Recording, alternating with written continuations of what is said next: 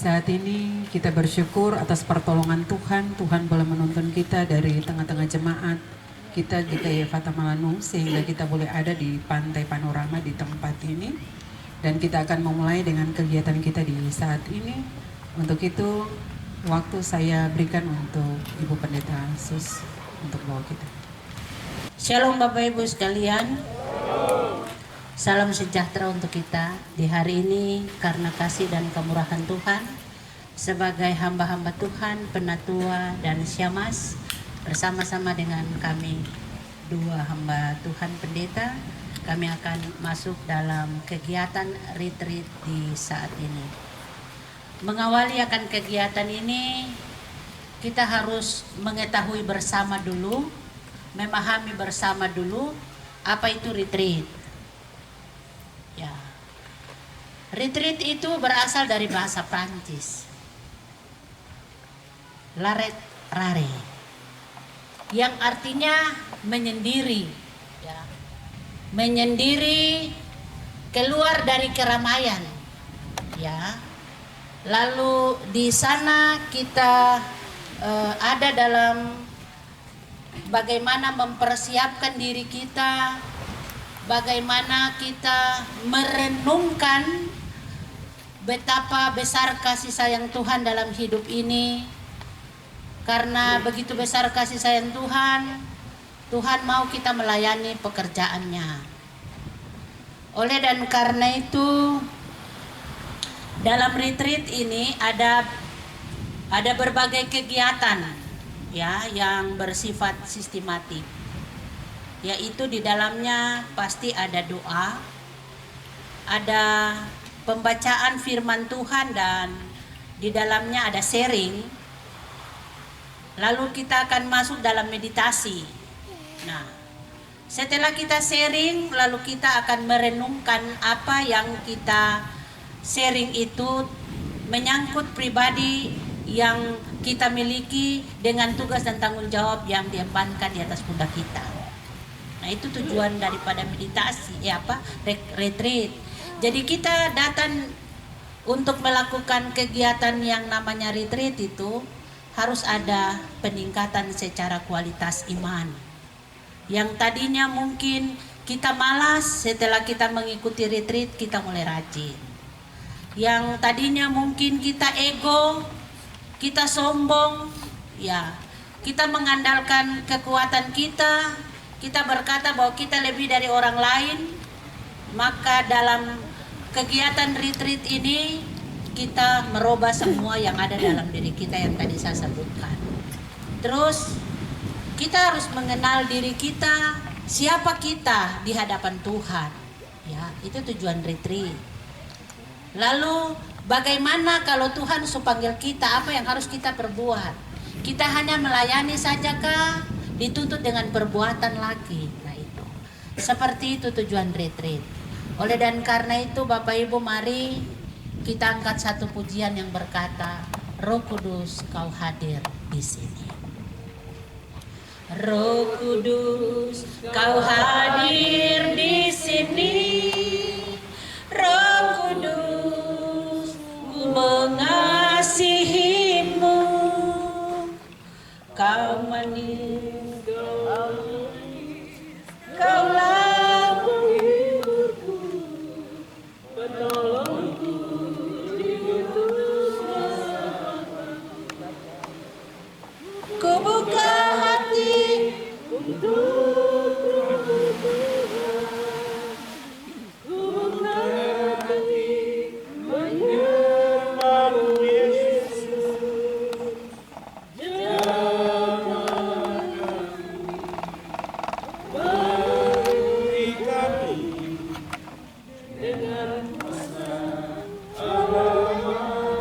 Sekali lagi dengan sungguh Roh Kudus.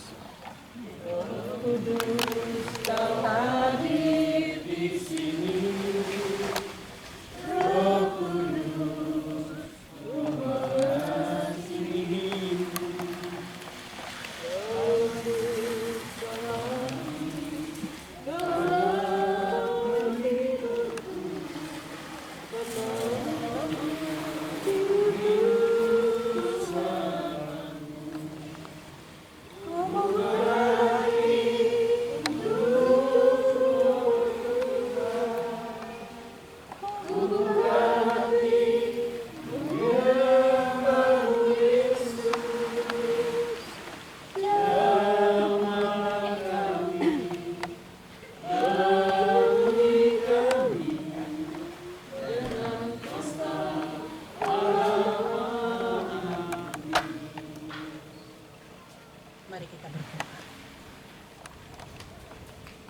ya Allah, ya Tuhan kami. Pada saat kami mengundangkan pujian yang berkata Roh Kudus kau hadir di sini, itu berarti tempat ini telah dikuduskan, disucikan untuk kami pakai ya Allah. Pada saat kami meminta kuasa-Mu bersama-sama dengan kami di tempat ini, itu berarti tempat ini akan dipakai oleh-Mu untuk Tuhan mau bicara untuk kami. Terima kasih Tuhan, Engkau tahu hidup kami. Engkau tahu latar belakang kehidupan kami Bapa. Engkau tahu kesetiaan kami. Engkau tahu apa yang kami buat, yang nyata, yang tersembunyi, pikiran dan perbuatan kami. Di saat ini Bapa, kami mohon Bapa, ampuni dan kuduskan kami. Kami mau diisi oleh kebenaran firman. Kami mau dibaharui di tempat ini Tuhan, supaya pada saat kami kembali untuk mengangkat tugas dan tanggung jawab kami telah diisi penuh dengan kuasa daripada-Mu. Lewat kebenaran firman-Mu, kami akan belajar Bapa. Artikan firman ini bagi kami Bapa. Dan Roh-Mu menuntun kami Bapa, supaya kami dapat berbicara dari hati ke hati. Kami sharing Bapa, dan di dalamnya kami melihat segala kekurangan dan kelebihan kami. Dan kami buka hati untuk Tuhan, supaya Tuhan pulihkan kami. Terima kasih Bapa, terima kasih Yesus Kristus, terima kasih ya Roh Kudus. Hamba mohon, urapilah hamba-Mu, Bapak Pendeta Pithen Untayana, dalam pemberian materi bagi kami. Biarlah materi ini dapat memberikan kami kekuatan iman sungguh Bapa, sebagai pegangan bagi kami, sebagai gembala-gembala, sebagai hamba-hamba yang terus mencari dan menuntun kawanan domba gembalaan Tuhan. Terima kasih Bapa. Berikan hikmat bagi hamba-Mu. Dalam nama Tuhan Yesus Kristus, kami sudah berdoa dan memohon kuasa Roh Kudus-Mu. Amin. Ya teman-teman, kita akan mendengarkan firman Tuhan sebagai bagian dari landasan bijak kita untuk mengenal diri. Kalau beberapa bulan yang lalu kita ada dalam retreat kita untuk bagaimana kita mempersatukan diri, merendahkan diri, dan melakukan apa yang harus kita kerjakan dalam tanggung jawab pelayanan itu. Dan hari ini kita lebih mengenal diri kita. Kalau kemarin belum pas sampai kita punya diri, hari ini kita akan lebih mengenal diri kita tentang tanggung jawab kita sebagai gembala itu. Saya mengajak kita buka bersama-sama dari Yohanes pasal 21 ayat 1 sampai ayatnya yang ke-19. Dengan perikop Yesus menampakkan diri kepada murid-muridnya di pantai Danau Tiberias. Kemudian Yesus menampakkan diri lagi kepada murid-muridnya di pantai Danau Tiberias, dan ia menampakkan diri sebagai berikut. Di pantai itu berkumpul Simon Petrus, Thomas yang disebut Didimus, Nathaniel dari Kana yang di Galilea, anak-anak Zebedeus, dan 2 orang muridnya yang lain. Kata Simon Petrus kepada mereka, "Aku pergi menangkap ikan." Kata mereka kepadanya, "Kami pergi juga dengan engkau." Mereka berangkat lalu naik ke perahu, tetapi malam itu mereka tidak menangkap apa-apa. Ketika hari mulai siang, Yesus pergi ke pantai, akan tetapi murid-murid itu tidak tahu bahwa itu adalah Yesus. Kata Yesus kepada mereka, "Hai anak-anak, adakah kamu mempunyai lauk pauk?" Jawab mereka, "Tidak ada." Kata Yesus kepada mereka, "Tebarkanlah jalamu di sebelah kanan perahu, maka kamu akan peroleh." Lalu mereka menebarkannya dan mereka tidak dapat menarik lagi karena banyaknya ikan. Maka murid yang dikasihi Yesus itu berkata kepada Petrus, "Itu Tuhan." Kata Petrus, ketika Petrus mendengar bahwa itu adalah Tuhan, maka ia mengenakan pakaiannya, sebab ia tidak berpakaian, lalu terjun ke dalam danau. Murid-murid yang lain datang dengan perahu karena mereka tidak jauh dari darat, hanya kira-kira 200 hasta saja, dan mereka menghela jala yang penuh ikan itu. Ketika mereka tiba di darat, mereka mendapati api arang dan di atasnya ikan dan roti. Kata Yesus kepada mereka, "Bawalah beberapa ikan yang baru kamu tangkap itu." Simon Petrus naik ke perahu lalu menghela jala itu ke darat, penuh ikan besar 153 ekor banyaknya. Dan sungguh pun sebanyak itu, jala itu tidak terkoyak. Kata Yesus kepada mereka, "Marilah dan sarapanlah." Tidak ada di antara mereka yang berani bertanya kepadanya, "Siapakah engkau?" Sebab mereka tahu bahwa ia adalah Tuhan. Yesus maju ke depan, mengambil roti dan memberikannya kepada mereka. Demikian juga ikan itu. Itulah ketiga kalinya Yesus menampakkan diri kepada murid-muridnya sesudah ia bangkit di antara orang mati. Yesus, "Gembalakanlah domba-dombaku." Sesudah sarapan, Yesus berkata kepada Simon, "Simon anak Yohanes, apakah engkau mengasihi aku lebih daripada mereka ini?" Jawab Yesus kepadanya, "Benar Tuhan, engkau tahu bahwa aku mengasihi engkau." Kata Yesus kepadanya, "Gembalakanlah domba-dombaku." Kata Yesus pula kepadanya untuk kedua kalinya, "Simon anak Yohanes, apakah engkau mengasihi aku?" Jawab Petrus kepadanya, "Benar Tuhan, engkau tahu bahwa aku mengasihi engkau." Kata Yesus kepadanya, "Gembalakanlah domba-domba." Kata Yesus kepadanya untuk ketiga kalinya, "Simon anak Yohanes, apakah engkau mengasihi aku?" Maka sedihlah hati Petrus karena berkata untuk ketiga kalinya, "Apakah engkau mengasihi aku?" Dan ia berkata kepadanya, "Tuhan, engkau tahu segala sesuatu. Engkau tahu bahwa aku mengasihi engkau." Kata Yesus kepadanya, "Gembalakanlah domba-dombaku. Aku berkata kepadamu, sesungguhnya ketika engkau masih muda, engkau mengikat pinggangmu sendiri dan engkau berjalan kemana saja kau kehendaki. Tetapi engkau sudah menjadi tua, engkau akan mengulurkan tanganmu dan orang lain akan mengikat engkau dan membawa engkau ke tempat yang tidak kau kehendaki." Dan hal ini dikatakannya untuk menyatakan bagaimana Petrus akan mati dan memuliakan Allah. Sesudah mengatakan demikian, lalu ia berkata kepada Petrus, "Ikutlah aku." Ya, kita lihat materi itu saya buat sedemikian rupa supaya kita bisa memahami. Saya akan menjelaskan supaya kita tahu ternyata pendeta punya tujuan ini seperti ini. Kita harus jujur pada diri sendiri. Dan waktu Bapak Ibu ketika dikunjungi untuk diajak dan diminta untuk jadi majelis jemaat Efata Malanu, ada saya, ada Ibu Pendeta dengan kelompok masing-masing. Kita kunjungi lalu kita jalan.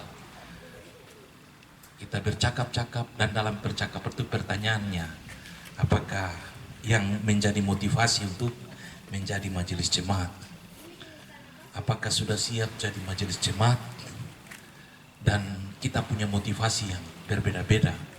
Ada yang bilang karena ingin mau melayani, ada yang tertarik karena jadi majelis itu memiliki kekhasan atau kekhususan tersendiri di tengah-tengah tanggung jawab itu. Sampai ada cerita anak-anak bilang mau jadi majelis supaya ada syukuran-syukuran itu diundang untuk makan duluan.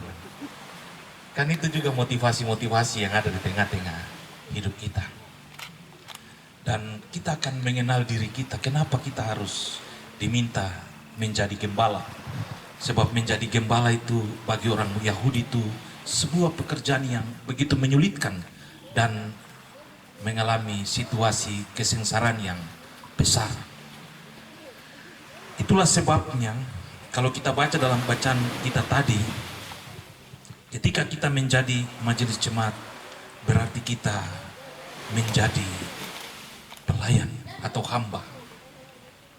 Apa yang menjadi motivasi kita dalam pelayanan dan penggembalaan kita? Dari bagian itu di situ kita bisa melihat ada Yesus bilang kepada Petrus, gembalakanlah dombaku. Apa itu gembala? Di situ saya mencatat gembala adalah penjaga atau pemelihara binatang. Penggembalaan adalah proses, cara, perbuatan untuk bagaimana kita menggembalakan. Kalau gembala itu sebuah pekerjaan untuk menjaga binatang yang menjadi peliharaan kita. Tapi penggembalaan itu berarti sebuah cara dan perkunjungan kita untuk membuat orang bisa ada, menyadari diri dan membuat datang dan hidup dalam sebuah persekutuan yang kita bangun. Jadi ada domba yang saya sengaja tampilkan, domba kecil yang manis, domba kecil yang merindukan sebuah kasih sayang, domba kecil yang mengharapkan pertolongan, dan domba kecil yang perlu untuk dilindungi. Dan di sebelahnya Yesus yang berdiri tengah-tengah domba-domba itu, dan mereka ada dan berjalan bersama-sama dengan Dia. Dan selanjutnya di kalangan orang Yahudi, pekerjaan penggembalaan dilakukan oleh pria maupun wanita, laki-laki, anak laki-laki maupun anak perempuan. Dan itu dikerjakan dalam tanggung jawab yang dilakukan. Kita belajar daripada anak-anak Kisai. Ada yang jadi tentara dan lain sebagainya. Ketika ditanyakan oleh Yonatan, yang terakhir dia bilang, ada yang satu paling busuk tapi dia tinggal di itu, tapi dia tidak punya tanggung jawab untuk berperang. Dia tidak punya keahlian, tapi bilang panggil saja. Pada akhirnya dia yang ditentukan, karena dia punya skill dan kemampuan tersendiri. Bukan soal menghadapi bahaya dan masalah dalam peperangan, tapi dia punya bahaya dan masalah dalam penjagaan domba-domba itu lebih luar biasa. Pekerjaan gembala adalah pekerjaan yang paling berat dan berbahaya, dan itulah yang harus dihadapi. Oleh sebab itu seorang gembala dilengkapi dengan mantel yang dibuat dari kulit domba, kantung kecil dan kulit atau semacam dompet, ali-ali dan kait. Apa yang menjadi fungsi semua itu? Mantel, karena dia ada hutan atau di padang belantara, dan tidak selamanya dia hidup dalam kenyamanan hidup. Mantel yang itu untuk pakai dia dari dingin, tetapi juga dari terik matahari yang ada di siang hari ketika dia ada dalam penjagaan itu. Kemudian kantong kecil dan kulit atau semacam dompet yang selalu taruh di pinggang untuk bagaimana dia menyimpan segala sesuatu yang menjadi kebutuhan dalam perjalanan itu. Ali-ali dan kait itu yang digunakan untuk bagaimana melindungi binatang-binatang dari itu. Jadi kalau gambar yang ketiga kita lihat bagaimana ada singa, domba-domba ada makan, dan gembala itu memberi sebuah perlindungan yang ketat dengan ali-ali dan kait yang ada pada dirinya. Dia mengusir dan bagaimana berusaha untuk memusnahkan singa. Itulah sebabnya dalam Yohanes pasal 10 ayat 11 dikatakan gembala yang baik adalah gembala yang merawat dan memelihara kawanan domba dengan sepenuh hati, bahkan rela mengorbankan nyawanya demi domba-dombanya. Karena dia punya tugas, pagi-pagi harus bawa ke padang, memberi makan, sore-sore harus menuntun, bawa ke kandang dan menjaga. Dan dia tidak pernah melepaskan mereka. Itulah sebabnya kita semua ada dan kita dipanggil untuk menjadi gembala. Kita dipanggil untuk menjadi gembala. Dari apapun yang kita lakukan ya, kita jaga. Kadang-kadang dikagetkan tengah-tengah malam, apa majelis, ada orang meninggal, jadi bisa lapor langsung toki lonceng kah? Atau ada yang sakit, jadi kita pergi. Satu kali Mama Sus telepon, di saat saya punya tingkat kecapaian itu tidak bisa, Bapak tolong saya ada demam dan tidak bisa bergerak, Bapak bisa pergi berdoa yang ini kah, orang butuh sekali. Mau alasan tapi terpaksa start motor dan jalan. Karena itu kebutuhan gembala yang harus domba yang harus kita penuhi. Kemarin setelah pemakaman almarhum Bapak Korban, duduk, hampir-hampir saya jatuh. karena pusing. Tapi itulah tanggung jawab. Mama Lani bilang, Bapak tutup mata sedikit dulu, lama-lama baru buka mata. Oh iya, ternyata kuat kembali. Itu tanggung jawab yang harus kita kerjakan. Hal-hal penting yang dibutuhkan gembala manusia di tengah-tengah pekerjaan dan tanggung jawab. Kita kuasa dan kuasa kebangkitan Yesus yang terjadi pada para murid itu benar-benar mengalami sebuah semangat yang baru. Kalau kita lihat, kalau Petrus yang tadinya jadi penjala ikan, ketika Yesus tanya, ada kalau pauk padamu, apakah yang kamu peroleh? Tidak ada. Dan dia bilang, tebar jala, sudah dekat saja, macam dari sini sampai situ saja. Padahal tadi satu malam mereka cari terdapat, tapi dapat 153 ekor. Dan itu menjadi sebuah semangat baru bagi Petrus. Kita bisa lihat ketika dia tahu itu Tuhan, dia pakai baju, dia terjun dalam laut karena dia malu. Ada sebuah kekuatan baru yang membuat dia harus malu dan dia harus bangkit kembali. Jadi terjun di air dan bangkit lagi itu bukan sebuah proses karena takut atau perasaan saja latih, tapi ada sebuah pemulihan baru yang terjadi di tengah-tengah Petrus untuk sebuah itu, sehingga dia memperoleh kuasa untuk melakukan sesuatu yang luar biasa. Karena perjumpaan dengan Yesus itu merupakan sebuah hal yang membuat murid-murid itu harus menyadari tentang tanggung jawab. Ada lauk pauk padamu, tidak ada ikan, tapi pada akhirnya Yesus memberi 153 ekor di siang hari lagi. Dan tempatnya tidak terlalu dalam. Yesus memberi sebuah servis dengan menyediakan roti dan ikan. Dan sebagai gembala, kita juga harus memberi servis. Ibu Sagi Solo dong bikin permohonan, harus kasih keluar ruang karena bagi-bagi natural. Nah itu kan mau servis warga jemaat untuk memberi kekuatan, mendapatkan apa yang bisa. Ini sebagai bagian dari diakonnya jemaat. Petrus dan teman-temannya dituntut untuk percaya kepada Yesus, bahwa Yesus itu adalah Tuhan, dan mereka juga harus mengasihi Yesus. Menjadi pertanyaan untuk kita refleksikan bersama. Yang mau bicara silakan bicara, yang duduk-duduk saja dengar silakan, tapi ini menjadi hal yang harus kita percakapkan. Mengapa sesudah sarapan baru Yesus berdialog dengan Yesus? Terjadi dialog antara Yesus dan Petrus. Kan dari ayat 1 sampai waktu menjalaikan tidak sampai gembalakanlah domba-dombaku, itu baru Yesus buat percakapan. Padahal dia punya murid-murid. Petrus, kenapa kau kembali ke jadi penjalaikan tapi tidak pergi ke sana yang saya suka kasih tanggung jawab? Dia tidak melakukan dialog, tapi sesudah semua itu terjadi, baru dia melakukan dialog. Sebelum Yesus menyuruh menggembalakan domba-dombanya kepada Petrus, Yesus mendahului dengan pertanyaan, apakah engkau mengasihi aku?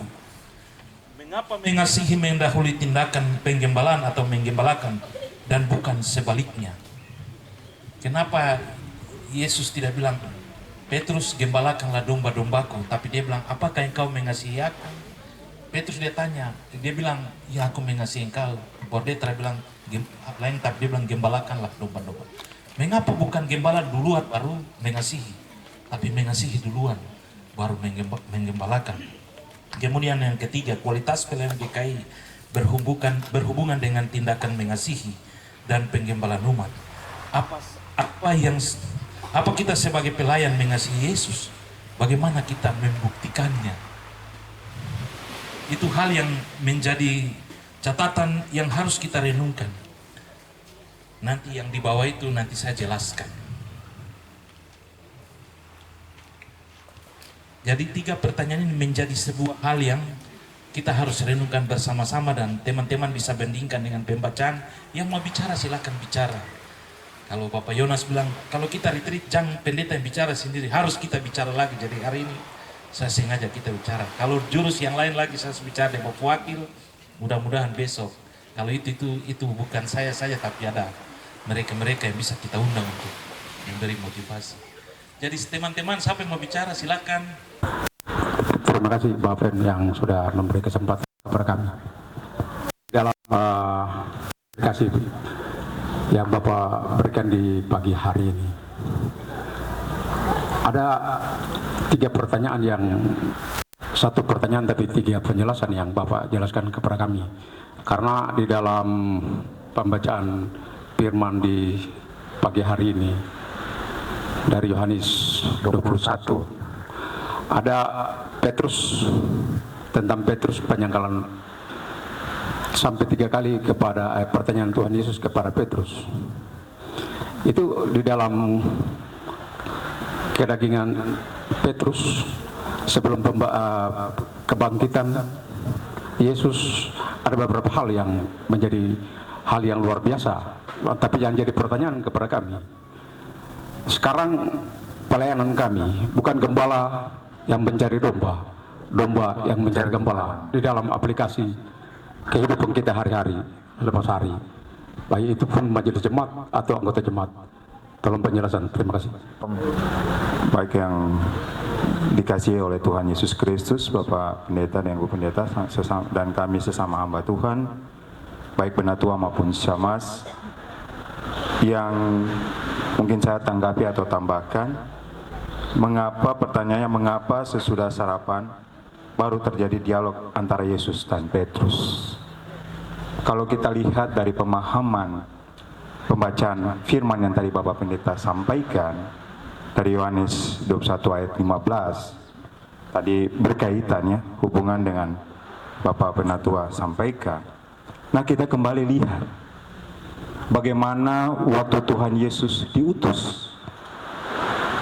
Kalau kita lihat dari Tuhan Yesus pertama diutus, pencapaian yang pertama Tuhan datang dengan, kalau engkau anak Allah, jadikanlah batu ini menjadi roti. Tentu Bapak Ibu dan saya sebagai jemaat, sebagai hamba Allah, kita tahu bahwa ini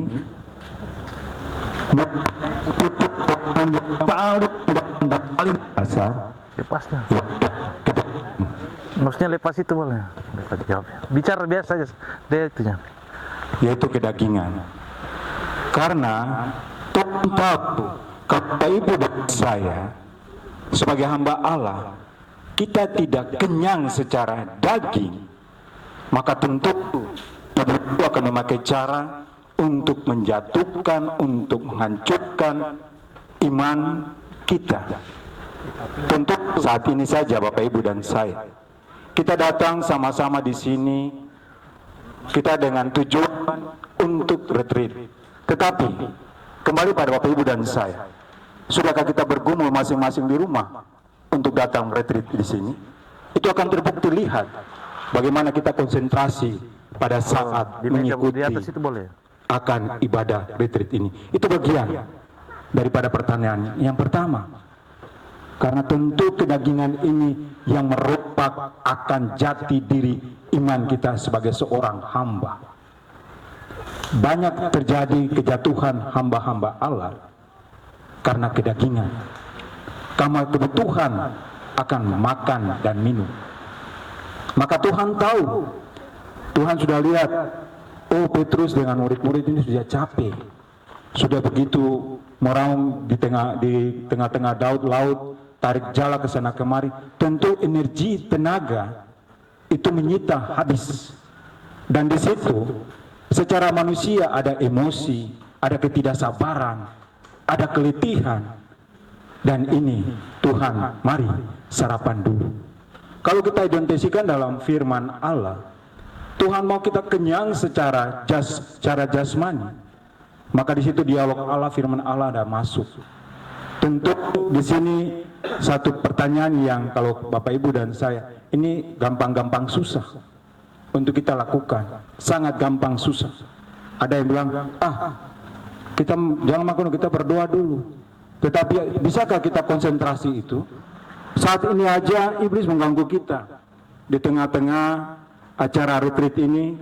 Puji Tuhan, Bapak Pendeta dan Ibu bawa kita di sini, iman ujian kita diuji di tengah-tengah alam. Kita mau berpaling kanan ke laut atau kita mau konsentrasi? Ini yang dibilang iman, kedagingan seorang hamba diuji. Tentu Tuhan mau kita sebagai hamba-hamba Allah, kita saling menopang, kita saling mendukung. Jangan melihat sisi lain punya kelemahan, lalu saling menjatuhkan. Yang kedua, sebelum Yesus menyuruh mengembalakan domba-domba kepada Petrus, Yesus mendahulunya dengan pertanyaan, apakah engkau mengasihi aku? Bapak Ibu, hamba Tuhan dan sesama yang saya kasihi. Jujur, waktu Bapak Pendeta datang melayani dan sebelum juga hamba-hamba Tuhan, dalam hal ini Ibu Lani dan juga Majelis Jemaat datang ke saya secara pribadi, tentu saya tidak mampu. Berulang-ulang kali saya di dalam keluarga saya bercambuk dalam kehidupan saya. Sebab menjadi seorang hamba pelayan bagi saya itu tidak gampang. Dalam kehidupan hari-hari saja, terkadang saya tidak mampu untuk bisa menguasai diri saya. Terlepas dari itu, tentu Bapak Ibu dan saya sebagai hamba Allah punya tugas dan tanggung jawab pekerjaan secara duniawi. Ini kita diperhadapkan dengan dua hal yang sangat tidak mudah. Penyengkalan diri harus kita lepaskan. Dan yang saya alami, yang saya minta dukungan dari keluarga, maka satu saya pergumulan, kalau memang Tuhan mau pakai saya, jamah saya, buanglah sifat ego saya, buanglah keangkuhan saya. Karena untuk jadi seorang pelayan itu tidak gampang. 5 tahun Bapak Ibu, ini tidak gampang. Dan mohon maaf, kita berjalan sudah 1 tahun lebih. Di antara kita ada yang dipanggil pulang. Dapatkah kita bisa jalankan tugas dan tanggung jawab sebagai hamba Allah, penatua dan semas selama masa 5 tahun ini? Kembali kepada Bapak Ibu dan saya, sejauh mana kita mengaplikasikan firman ini? Karena tentu pelayanan ini bukan dari daging saja, tapi roh Allah, Roh Kudus yang akan tinggal dan menjamah Bapak Ibu dan saya. Pertanyaannya,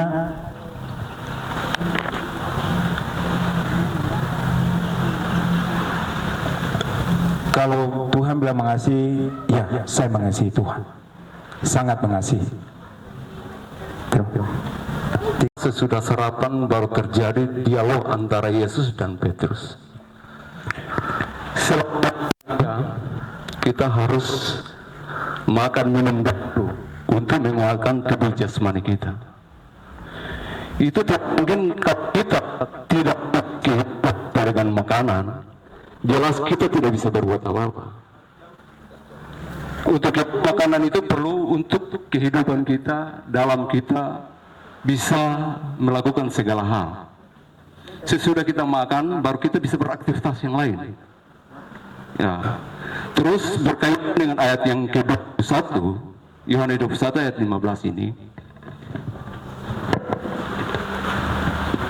yang berbunyi, sesudah sarapan Yesus berkata kepada Simon Petrus, Simon anak Yohanes, apakah engkau mengasihi aku lebih daripada mereka ini? Jawab Petrus kepadanya, benar Tuhan, engkau tahu bahwa aku mengasihi engkau, kata Yesus kepadanya, gembalakan domba-domba ini. Yang menjadi pertanyaan kita semua, kenapa pertanyaan ini diulang sampai 3 kali? Ini satu pertanyaan yang perlu kita jawab bersama. Mengapa? Karena mungkin tahu bahwa sebelum Yesus Kristus ditangkap dan diselibkan, kita tahu bahwa Petrus ini pernah menyangkal Yesus. Kita harus tahu itu. Jadi yang jelas Yesus masih ragu dengan jawaban Petrus ini. Jadi dia harus tahu sampai kedalaman hati Petrus dulu, apa betul-betul dia mengasihi Yesus atau tidak untuk mengembalakan kambing domba ini. Jadi pertanyaan 3 kali ini untuk Yesus Kristus tahu bahwa betul-betul Petrus siap mengembalakan kambing dombanya dan melakukan pekerjaan Tuhan ini. Saya kira mungkin itu dari saya. Terima kasih. Sesudah sarapan baru terjadi dialog antara Yesus dan Petrus. Ya. Kalau pertanyaan ini dihubungkan dengan kehidupan kita sebagai pelayan, ya, di dalam kehidupan kita, ya, pasti kalau kebutuhan kita belum terpenuhi, kebutuhan jasmani ya pasti untuk kita melayani Tuhan itu. Ya. Biar kita mau mengaku bilang saya siap melayani Tuhan, tapi kebutuhan jasmani belum terpenuhi, banyak alasan yang akan kita kemukakan. Ya, maka itu kebutuhan jasmani yang disiapkan atau disediakan oleh Tuhan dulu kepada Petrus dan teman-temannya ketika mereka makan kenyang, lalu Tuhan bertanya untuk meminta mereka mengikuti Yesus atau mengembalakan domba-dombanya. Ya, jadi itu mungkin jawaban dari saya. Ya, Yesus tahu kekurangan dan kelebihan kita sebagai manusia, maka yang biasa diutamakan Yesus menyiapkan segala kebutuhan kita dulu, baru Yesus memanggil kita, maka kita siap untuk melayani Dia. Terima kasih. Sesudah sarapan baru terjadi dialog antara Yesus dan Petrus. Kalau kita melihat kebangkitan Tuhan Yesus ini ada beberapa kali. Nah, di situ selalu Dia minta untuk makan. Mengapa sampai Tuhan Yesus selalu minta makan pada murid-muridnya? Sebab mereka sendiri sebagai murid-murid ragu-ragu tentang kebangkitan Tuhan Yesus. Percaya atau tidak, apakah ini Tuhan Yesus yang bangkit atau bukan? Kalau kita kembali pada pembacaan-pembacaan sebelumnya tentang kebangkitan Tuhan itu, yang pertama ada minta makan ikan goreng atau yang sekarang digantikan dengan ikan bakar, yang kitab yang baru. Nah, sekarang ini minta kita baru juga. Murid-muridnya ada lauk pauk. Dia mau menunjukkan bahwa Dia ini Tuhan yang bangkit. Sebab tidak ada setan atau orang yang gentayangan itu makan langsung, tidak ada. Dia mau menyatakan dirinya sebagai Tuhan yang bangkit. Karena ketika kematian Tuhan itu, murid-muridnya seperti kehilangan pemimpin, sehingga mereka ragu, bingung. Nah, disinilah kebangkitan Tuhan ini Tuhan mau menyatakan bahwa ini saya yang bangkit.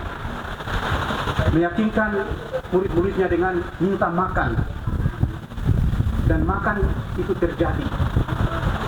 Itulah tindakan, salah satu tindakan Tuhan untuk menyatakan bahwa Dia ini manusia. Dia ini bangkit, bukan orang lain. Dalam pembacaan tadi kita juga ada keraguan-raguan. Apakah ini Tuhan atau bukan? Padahal sudah lihat dari perahu, Tuhan di pantai. Tapi mereka masih ragu. Disitulah Tuhan minta makan. Pasti di dalam percakapan mereka melihat langsung bahwa oh, ini Tuhan yang pernah hidup melayani mereka kurang lebih 3 tahun itu. Ini betul-betul Dia bangkit. Nah, itu. Setelah mereka yakin dulu, baru dialog itu bisa berjalan. Kalau mereka sudah percaya, yakin bahwa ini orang yang kita pernah hidup pelayanan dengan Dia selama 3 tahun itu, berarti dialog itu akan berjalan dengan baik. Karena dialog itu terjadi kalau dengan baik, kalau kita saling kenal, saling memahami, dan disitulah iman kita bisa bertumbuh. Terima kasih. Baik, shalom kita semua. Terkait dengan 3 pertanyaan, mungkin saya dari versi pikiran saya bahwa mengapa saya sudah sarapan. Sebenarnya kadang kita merasakan sesuatu baru kita melaksanakan, atau kita ingin sesuatu baru kita lakukan. Tetapi sebenarnya firman ini sebenarnya mau kepingin ajak kepada kita bahwa di saat kita sudah bekerja, makan itu sebenarnya bisa dikaitkan dengan kita bekerja. Kita sudah bekerja dulu, baru akan terjadi dialog antara kita. Betul kan? Benar kan? Seperti yang kita gumuli ya. Nah, kira-kira seperti itu menurut apa yang menjadi pemahaman saya. Yang berikut, pertanyaan kedua, sebenarnya ini menjadi bagian pertanyaan yang cukup semua kita sebagai pelayan-pelayan firman. bahwa tadi proses kurang lebih sudah disampaikan beberapa teman juga untuk ada di dalam sebuah pelayanan. Tetapi memang terkadang di saat awal kita digembalakan ataupun pengembalaan itu terjadi dan terakhir akhirnya kita akan mengakui. Tetapi sampai saat ini pasti di antara kita semua punya pemahaman, pemikiran dan mengukur diri pribadi masing-masing bahwa rupanya saya belum sempurna mengasihi Tuhan sesuai dengan apa yang menjadi tema atau pertanyaan kita pada saat ini. Oleh sebab itu, ya saat ini mungkin kita tidak punya pilihan lain bahwa semua hal yang tadi disampaikan Bapak Pendeta, ya orang bilang malas tahu, tidak mau terlibat, kurang mengaktifkan diri dan segala hal yang menjadi kekurangan kita. Ya mungkin itu menjadi harapan bahwa dengan adanya kegiatan seperti ini berarti kita ada dalam sebuah keutuhan pelayanan dan menjadi bagian yang benar-benar untuk ada dalam sebuah pelayanan. Jadi Bapak Ibu, memang kita punya banyak kekurangan, keterbatasan dan hal-hal yang lain. Tetapi ya dengan 3 pertanyaan ini ataupun 2 yang menjadi poin yang saya sampaikan, itu adalah bagian yang harus kita mengoreksi diri masing-masing.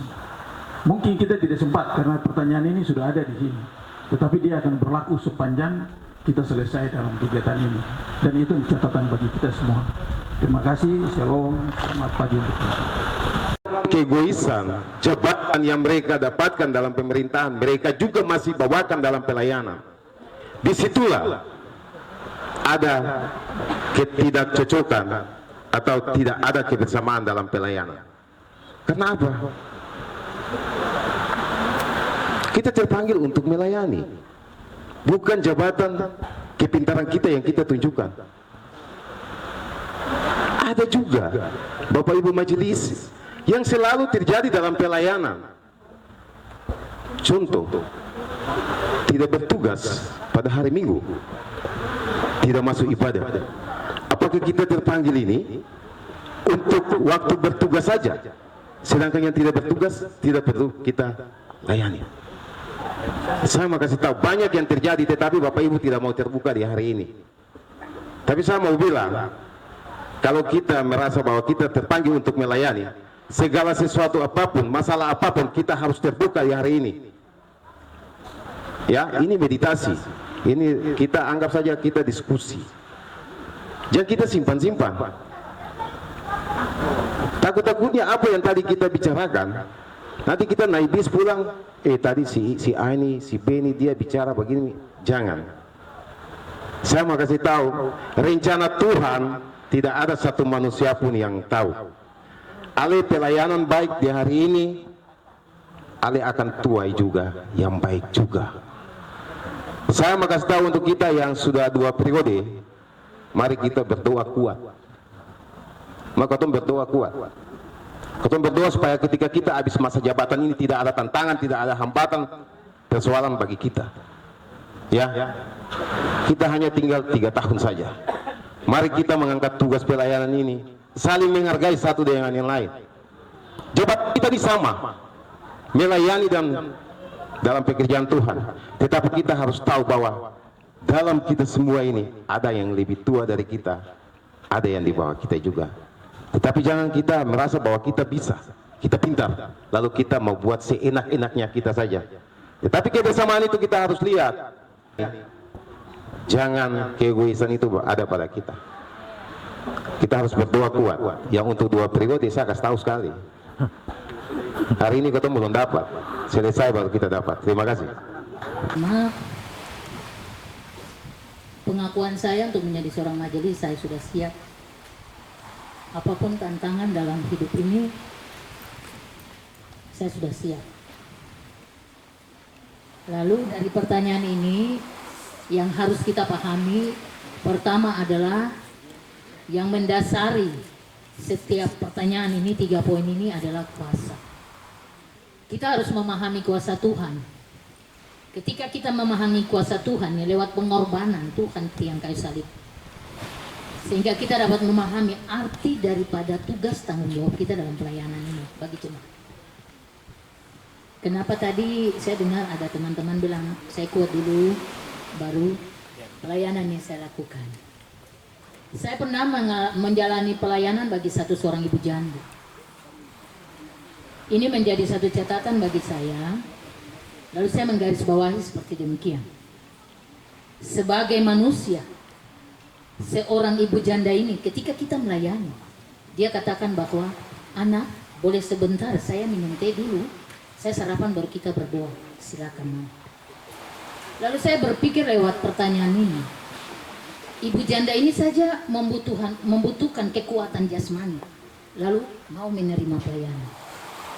Jangan-jangan ketemu berdoa mama ini tidak punya kekuatan jasmani, saat berdoa ibu ini jatuh. Benar juga. Itu catatan. Lalu saya katakan untuk kita dalam pelayanan,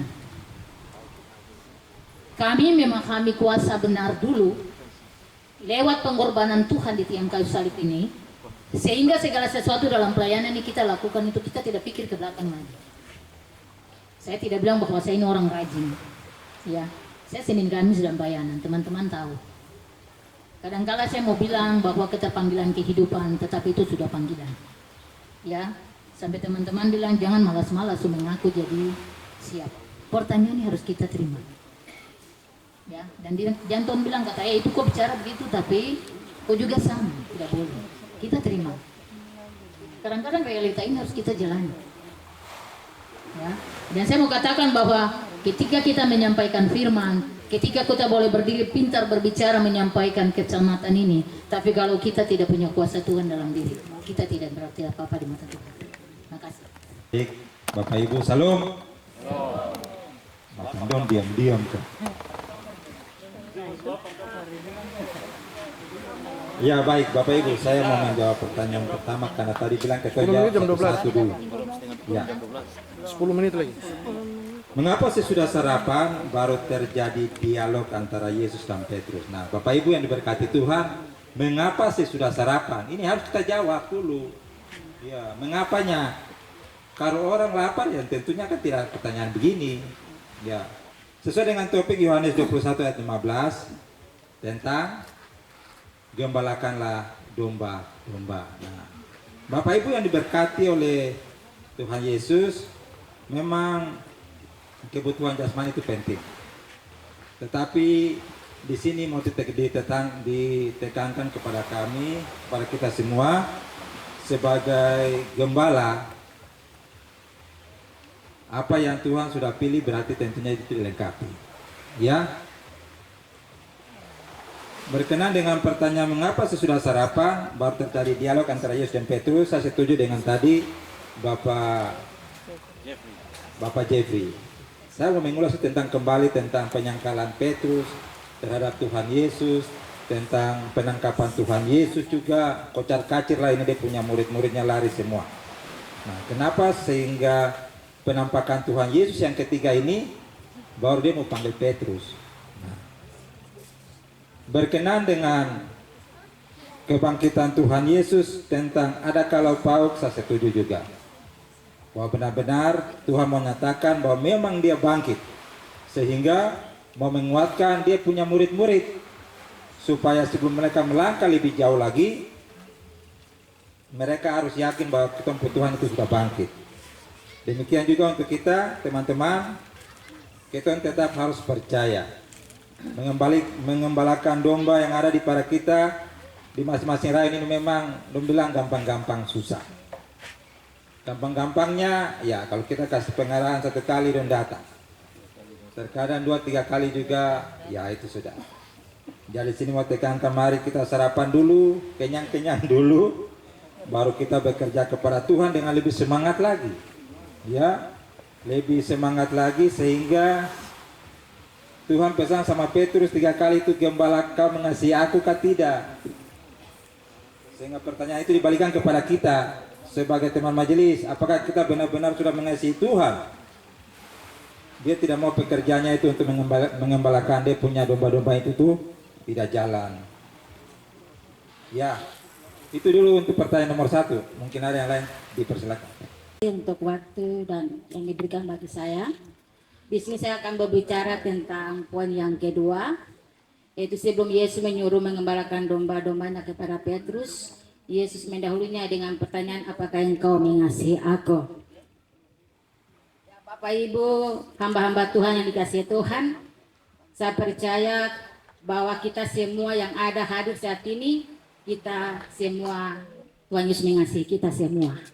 Tapi bagaimana cara kita untuk kita mengasihi Tuhan Yesus? Ya. Mengapa saya tertarik dengan pertanyaan kedua ini? Karena pengalaman pribadi saya tentang pertanyaan kedua ini. Dan ini memang teguran betul-betul untuk saya. Bukan untuk waktu saya jadi majelis, tidak. Tetapi saya melayani anak-anak Tuhan, pengasuh sekolah minggu. Dan ini karena kebutuhan ekonomi atau kebutuhan jasmani saya, sehingga saya harus meninggalkan pelayanan saya sebagai pengasuh sekolah minggu pada saat itu. Waktu daerah pelayanan kita Evata ini sampai di arteri Tiberias sana. Selama hampir berapa tahun itu saya tidak melayani. Dan saya percaya bahwa Tuhan Yesus itu luar biasa, mengasihi saya betul-betul. Walaupun tegurannya itu halus, tapi nyata. Dan teguran itu tidak lama. Ya. Saya pulang kerja, saya tidur, dan saya belum tidur betul juga. Suara itu datang untuk saya. Pembacaan ini sudah. Bisikan itu, suara itu bisa telinga. Gembalakanlah domba-domba. Pada saat itu saya bangun dan saya menangis. Saya minta ampun, Tuhan, ampun saya karena selama ini saya meninggalkan pelayanan saya. Ya. Dan saat itu saya mengirim surat untuk orang tua saya bahwa saya mohon Bapak dan Mama menghadap Bapak Pendeta di kampung saya untuk menyelesaikan, melepaskan saya punya pelayanan di sana supaya saya bisa leluasa di sini. Tapi mereka bilang saya harus pulang untuk menyelesaikan itu. Dan tidak lama Bapak Ibu, teguran Tuhan itu 2 hari saja. Teguran itu untuk saya. Saya pergi kerja pagi, saat tempat kerja saya cuci sapung bos punya piring makan. Saya duduk sama berdiri, saya tidak bisa berdiri.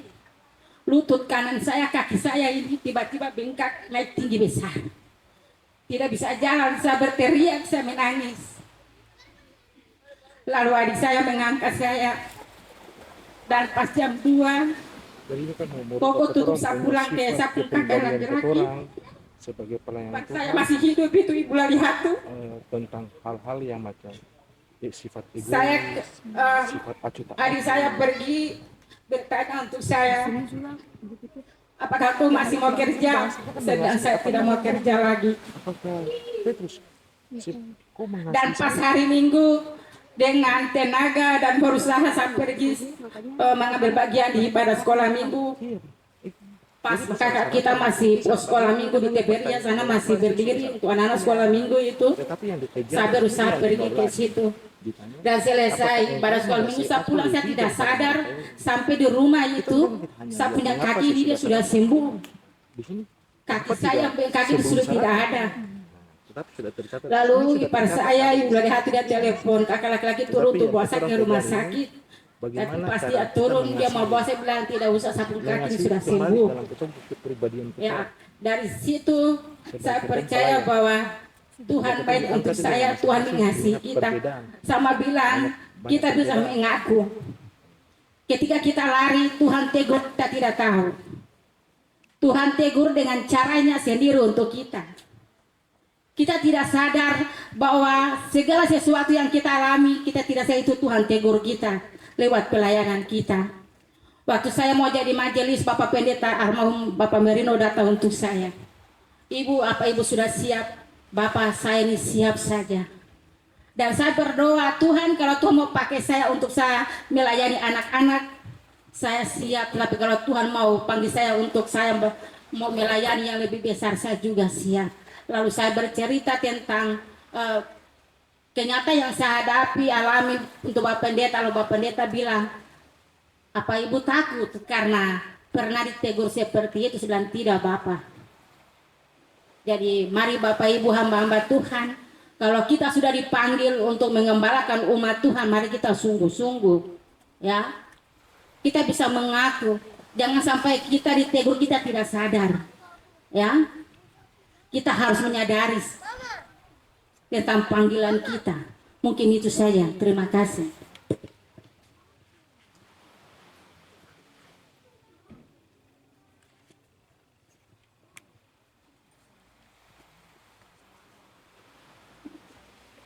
Ya, shalom. Shalom, tepuk tangan sedikit. Ya. Terima kasih puji Tuhan. Ini luar biasa. Kita yang rekrut hari ini mendapatkan ilmu, pengetahuan, ya, dari firman. Jadi di sini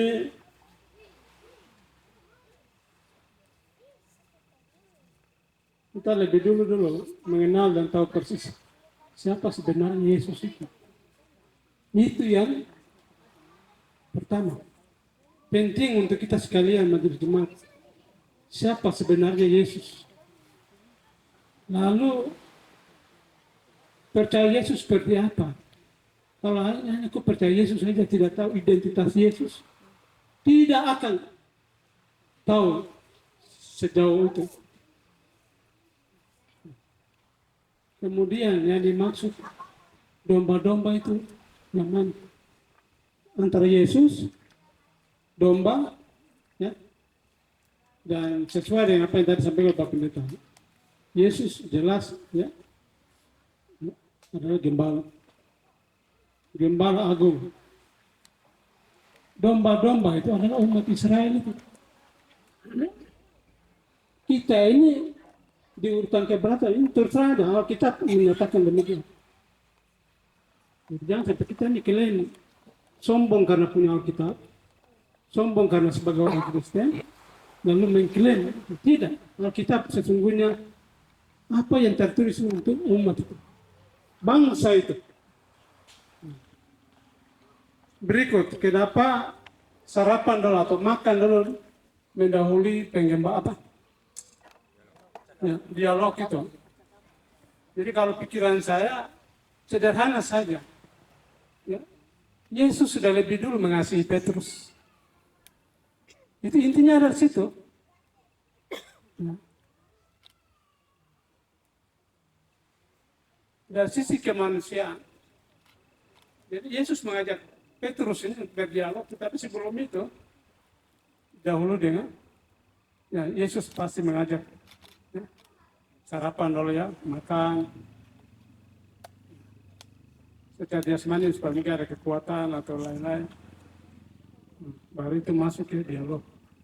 Yesus mendahului sarapan dulu daripada dialog. Itu intinya yang penting bagi kita adalah bahwa Yesus sudah lebih dulu mengasihi Petrus.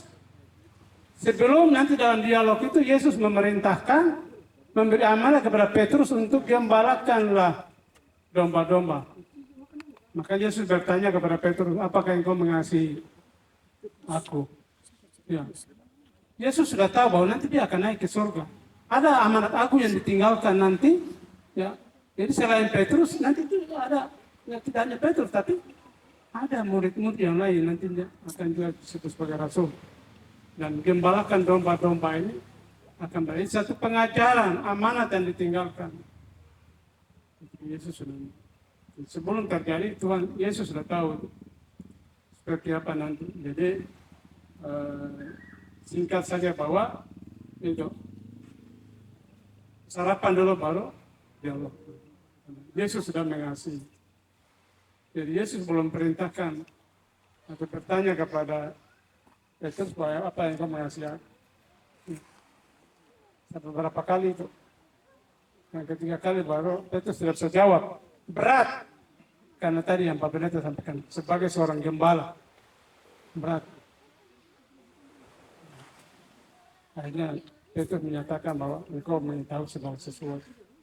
Ya, saya tidak hafal kata-kata yang dalam Alkitab, tapi kesimpulannya begitu. Engkau mengetahui segala sesuatu. Kemudian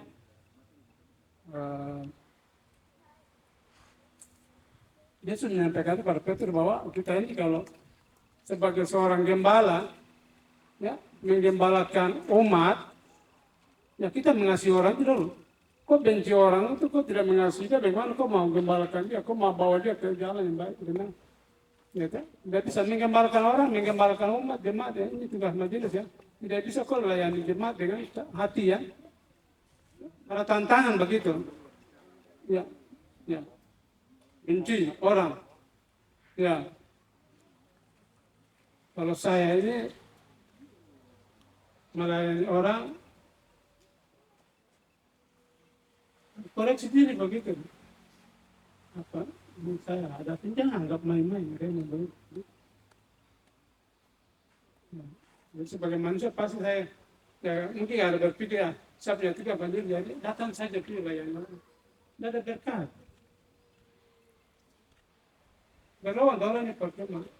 Untuk mengampuni orangnya 2, kutuk atau berkat. Jadi begitu. Jadi kembali kepada fungsi kita, firman untuk kita, mengajak kita motivasi. Jadi apakah engkau mengasihi aku? Yang ketiga kali itu yang saya bilang, gembalakan domba-domba. Jadi itu aja. Terima kasih, shalom. Melayani lebih sungguh. Melayani lebih sungguh. Tuhan mengasihi kepadaku. Melayani lebih sungguh. Tuhan lebih dulu mengasihi kepadamu, mengasihi lebih sungguh. Ya Bapak Ibu, saya percaya bahwa kita semua punya pengalaman masing-masing bersama Tuhan. Kalau tidak ada pengalaman bersama Tuhan, tidak pernah membuat kita ada dalam sebuah tanggung jawab yang kita terima untuk pelayanan yang harus kita kerjakan. Tadi kita semua sudah bilang banyak-banyak. Bapak Ibu bisa lihat ada 4 kata yang saya bikin, 1 baru ada anak panah turun. Tahu, kenal, mengasihi, gembalakan. Semua itu dari pertanyaan 3 itu ada punya hubungan yang luar biasa. Kenapa harus tahu? Yesus tahu semua orang yang tadi dikatakan teman-teman. Yesus tahu keraguan Petrus, tindakan Petrus, apa yang dia lakukan. Karena Yesus mau pergi kasih tinggal dorang. Yesus tahu dong lapar, dong ada kecewa karena terdapat ikan 1 malam. Yesus tahu apa yang ada di tengah-tengah pergumulan mereka. Tapi yang Yesus mau bikin untuk para murid itu, dong juga harus tahu dia. Kenapa dia dalam percakapan itu, dalam peristiwa atau kejadian itu, ketika dong sudah, dia bilang, kamu terdapat kah? Kalau begitu tebar jala sudah, nanti sudah dapat. Baru ada yang bilang, itu Tuhan. Itu Tuhan. Kan dong kalau seandainya Yesus kasih tinggal saja sampai dong sudah datang, dong kecewa baru apa, kan tidak ada. Tapi dia mau supaya dong tahu bahwa Yesus itu Tuhan. Dong tahu bahwa Yesus mengasihi mereka. Dong tahu bahwa Yesus tahu dong lapar. Dong tahu bahwa Yesus tahu dong tidak dapat apa-apa. Dong tahu bahwa Yesus tahu dorang ada butuh makan minum. Sehingga dikatakan dong ke darah bara susia, roti suara, tinggal bakar ikan terus dong makan. Kenapa dong harus tahu Yesus? Karena Yesus tahu dong, Yesus mau dong juga tahu Yesus. Kalau Bapak Ibu kemarin ada ikut pembukaan Pesparawi, di Mazmur 150 pendeta Yandi Manobe dia bilang begini. Kenapa kita harus memuji Tuhan di tempatnya yang tinggi. Karena dia perkasa, dia luar biasa, dan dia hebat. Itu sudah yang Yesus mau. Para murid harus tahu, terutama Petrus, bahwa Yesus itu perkasa, Yesus itu luar biasa, Yesus punya segala-galanya, dan Yesus punya kuasa. Supaya dong kenal Yesus. Bukan Yesus kenal dong saja, dong baku kenal baru dong terkenal Yesus. Sehingga Pendeta Yani bilang, kalau kita punya Tuhan tidak perkasa, dia ronda-ronda saja pagi-pagi, dia ronda-ronda, dia pura-pura malas tahu untuk kas bangun ketong semua, berarti ketong mati semua. Tapi karena dia perkasa, dia sanggup kas bangun ketong satu persatu. Padahal ketong banyak ini, tapi dia sanggup kas bangun. Kemudian kenal. Yesus mau, jangan kita melayani dia itu, kita tahu dia saja, kalau kita terkenal dia. Kalau kita sudah kenal dia, rela berkorban untuk segala-galanya. Karena kita tahu timbal balik dari semua janji-janjinya. Apapun yang kamu minta dalam namaku akan kuberikan kepadamu. Karena ketika kita tinggal dalam Yesus dan Yesus tinggal dalam kita, semuanya gampang-gampang saja. Yesaya dalam kelelahan dan kecapaiannya dia bilang, aku telah bersusah-susah dengan percuma. Tapi Roh Kudus datang bilang, kok percuma, ada sesuatu. Langsung dia bilang, namun hakku dijamin oleh Tuhan. Kalau kita kenal betul-betul Yesus, bahwa dia bisa menjamin dan memberi apa yang menjadi kebutuhan kita, bukan soal kebutuhan dan lain sebagainya, tapi dia mau kita mengenal dia betul-betul supaya kita bisa melakukan apa yang bisa kita kerjakan. Kemudian mengasihi. Kalau pertanyaan kedua, kenapa mengasihi? Bukan langsung gembalakan baru mengasihi dari belakang. Ada satu materi yang pernah saya kasih juga tentang kepada anak sekolah minggu itu, cita-cita dan cinta. Apa yang harus dipilih? Apakah cita-cita atau cinta? Coba Bapak Ibu, siapa yang pilih cita-cita, siapa yang pilih cinta? Ya, cinta. Siapa yang pilih cita-cita? Kenapa kita harus pilih cinta? Karena kalau kita cinta, kita pasti melakukan apa yang bisa kita kerjakan. Kita cinta cita-cita, maka kita bisa meraih kita cita-cita.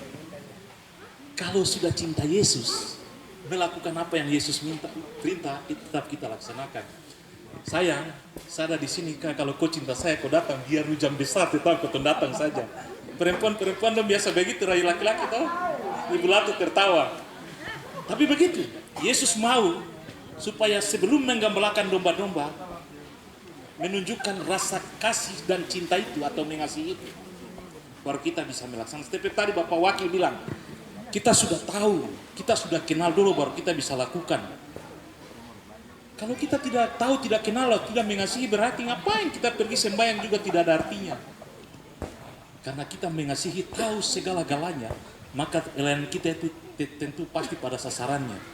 Masa kalau Mama Oki ada mati lapar baru saya datang, terima kasih Tuhan karena kebahagiaan yang dialami oleh Mama Yoki. Padahal ada mati lapar yang ada minta untuk dimakan, untuk makan baru berdoa kebahagiaan. Tapi kalau kita tahu, kenal, mengasihi, aduh kasihan Mama Yoki ini, dia ada lapar jadi dia butuh itu, maka kita pasti berdoa untuk kebutuhan yang dia inginkan. Setelah ketong mengasihi dan tahu semua, tidak ada yang susah di Republik ini. Biar badai menerjang, biar ombak menerpa, maju. Karena kita mau melaksanakan tugas dan tanggung jawab kita. Itulah inti dari tanggung jawab kita. Kita tidak punya pikiran untuk menjustis atau membuat hal-hal yang lain, tapi kita punya prinsip sebagai gembala itu saja. Ketong tahu siapa itu Yesus dulu. Kemudian ketong kenal dia baik-baik. Ketong mengasihi dia atau mengasihi sesama kita, baru kita melaksanakan tugas gembalakan domba-domba itu. Karena kalau kita, tadi Bapak Leo bilang, ada yang tugas baru melayani, tapi kalau tertugas berarti tinggal saja di rumah. Itu berarti kita belum mengasihi Yesus toh. Itu berarti kita belum tahu Yesus. Ada satu cerita yang saya baca, seorang pendeta ketika dia mau pergi melayani, dia pergi melayani. Sampai di tempat pelayanan, tiba-tiba berita datang, dia punya anak meninggal. Dia punya anak meninggal, tapi karena dia sudah sampai tempat pelayanan dan dia harus melayani, dia menguatkan hati dan dia melayani dengan penuh sukacita. Warga jemaat sudah dengar juga, sudah tahu dong mengasihi dia dan dong menangis apa yang dia alami, tapi dia enjoy saja melayani. Sampai di rumah, dia tahu bahwa ketika sampai di rumah, kenapa dia punya anak meninggal 2 orang, tidak ada warga jemaat setelah mengasihi dia sampai ternyata sampai di rumah dia itu bilang dia sudah meninggal. Tapi pada akhirnya Tuhan bangkitkan dia karena dia melaksanakan semua itu dengan penuh ketulusan. Ya kita pasti punya pengalaman itu. Jadi mari kita mengasihi. Kalau kita sudah kenal Yesus, tahu Yesus, kenal dan mengasihi dan melakukan apa yang bisa kita kerjakan, kita harus percaya bahwa dia sanggup menyediakan apa yang ada pada kita. Itu yang harus kita pahami. Jadi itulah tugas kita sebagai gembala. Kalau kita tanya apakah kamu mengasihi pendeta? Kalau kamu mengasihi tapi kamu belum kenal dia baik-baik, kamu belum tahu dia baik-baik, pasti kamu mengasihi dia tapi kamu belum tentu sayang dan cinta kepada dia. Demikian juga apakah kamu mengasihi Bapak Wakil? Kalau kamu mengasihi berarti sudah kenal, sudah tahu, dan harus adalah itu. Jadi kita saling mengenal. Kalau kita tidak pernah memikirkan hal-hal yang lain dalam tanggung jawab ini, maka kita baku tahu, kita baku kenal, kita baku mengasihi, langsung kita melaksanakan tugas penggembalaan dan tugas gembala kita. Tapi manusia itu saya tahu dia pemalas dan dia luar biasa. Berarti kita tidak pernah mengasihi kita teman. Kalau saya tahu dia, saya kenal dia, barang apa yang saya tidak tahu kah? Berarti kita menjustis bahwa dia itu terlalu. Tapi kalau kita tahu, kita kenal dan kita mengasihi dia, berarti kita melakukan apa yang bisa kita kerjakan. Itu mungkin sedikit hal singkat yang saya bisa jelaskan untuk kita tahu bahwa semua hal mungkin begitu saja. Ya, mari kita angkat lagu yang berkata mengasihi, mengasihi lebih sungguh. Mengasihi, mengasihi lebih sungguh. Mengasihi, mengasihi lebih sungguh. Tuhan mengasihi kepadaku. Mengasihi, mengasihi lebih sungguh. Apa yang kita lakukan ini tidak sia-sia Bapak Ibu sekalian. Kita mengenal diri kita secara pribadi atau tidak? Siapa saya? Gitu. Siapa saya? Gembala adalah seorang hamba. Hamba itu adalah keset dipakai untuk kaki ini. Keset. Jadi kita tidak usah banggalah, angkat dadalah jadi pendeta, jadi penatua dan syamas. Kita gembala, kita hamba, Bapak Ibu Saudara.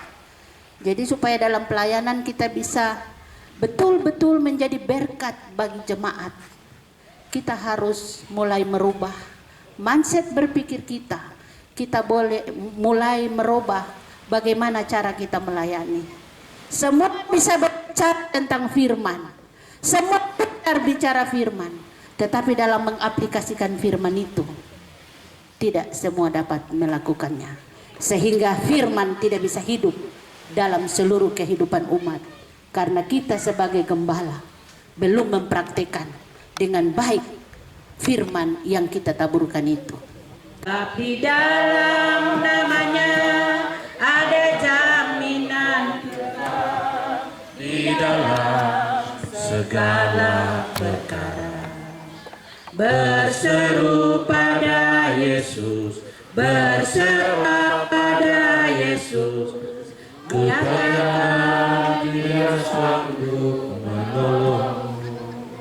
Berserah pada Yesus, berserah pada Yesus, yang akan memberi kedamaian abadi. Sekali lagi, serahkanlah hidupmu padanya, serahkanlah seluruh persoalanmu, sebab di dalam namanya ada jaminan kekal di dalam segala perkara. Berseru, berseru pada Yesus, berserah pada, percayalah Dia sanggup menolong berseru, berseru pada berserah, berserah pada Yesus. Dia akan memberi kedamaian. Berseru, berseru pada Yesus, berserah pada Yesus. Percayalah Dia sanggup menolongmu. Berseru pada Yesus, berserah pada Yesus. Dia akan memberi kedamaian abadi. Dia akan memberi kedamaian abadi. Bapak Ibu yang diberkati Tuhan, ibadah kita akan selesai dan kita akan menjalani proses hidup kita selanjutnya. Pulanglah dengan damai dan sejahtera dan terimalah berkat Tuhan. Inilah berkat Tuhan. Anugerah Tuhan Yesus Kristus, pengasihan Allah Bapa, persekutuan Roh Kudus, kiranya terus memberkati dan menaungi saudara-saudara dalam tugas dan tanggung jawab pelayanan di tengah-tengah persekutuan jemaat Efata Malanu, tapi juga dalam tanggung jawab pelayanan pada dunia kerja dan segala hal yang kita lakukan di tengah-tengah hidup ini, mulai dari saat ini terus kekal sampai selama-lamanya. Amin. Selesai. Selamat siang. Tuhan Ibu-ibu berkati. siap makan dan kita makan.